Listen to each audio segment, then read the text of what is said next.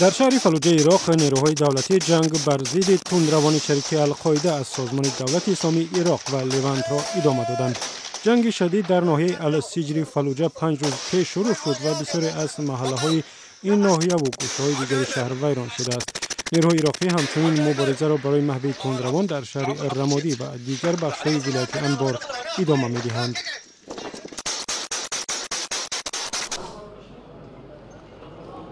کمیسیون مستقل انتخابات افغانستان با اعلان نتیجه نهایی انتخابات ریاست جمهوری گفت که هیچ یک از نامزدها رأی کافی مردم را به دست نیاورده است و از این رو دور دوم انتخابات روز 14 ایون برگزار می شود.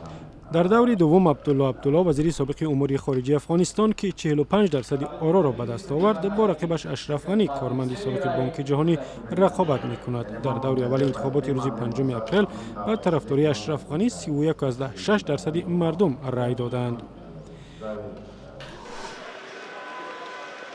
دادگاه آذربایجان پرویز هاشملی یک خبرنگار مستقل را به نگهداری غیر قانونی اسلحه گناهکار دانست. پرویز هاشملی سردبیر وبسایت خبری مدیراتور و خبرنگار یک روزنامه مخالف دولت آذربایجان است. او در دادگاه گفت که ماموران امنیتی در بازداشتگاه با او بدرفتاری کردند. طرفدارانش میگویند که پرونده علیه پرویز هاشملی انگیزه‌های سیاسی دارد.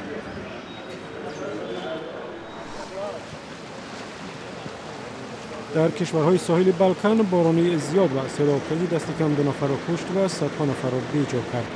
در منطقه مرکزی سربستان که آبخیزی سبب مرگ آدمی شد و وضع فوق‌العاده اعلام کردند. از ترس سیلاب‌خیزی صدها نفر محله‌های کنار شهر سرای و پایتخت و دیگر روستاهای بوسنی و هرزگوین را ترک کردند. و گفته هلیکوپتر می‌توانست باران و یا چند روز دیگر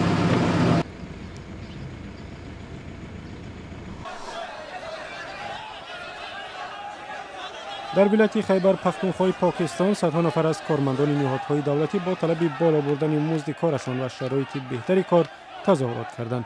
آنها گفتند اگر حکومت پاکستان طلب‌هایشان را نادیده بگیرد، همکارانشان از شهرهای دیگر را به تظاهرات دعوت می‌کنند.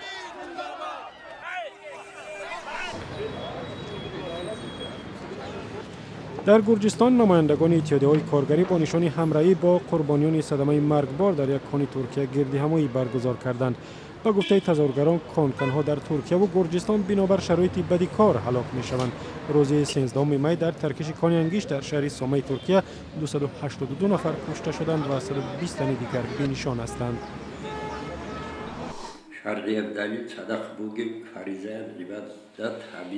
در جمهوری داغستان روسیه مقامات اجازه دادند که ترجمه قرآن با زبان اوری در میان مردم تقسیم شود.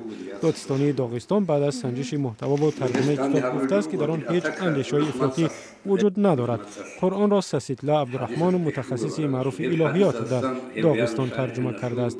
او را پیشتر برای ترغیب کتاب‌های جریان وهابی از زندانی کرده بودند ولی خودش این ادعاها را رد می‌کند.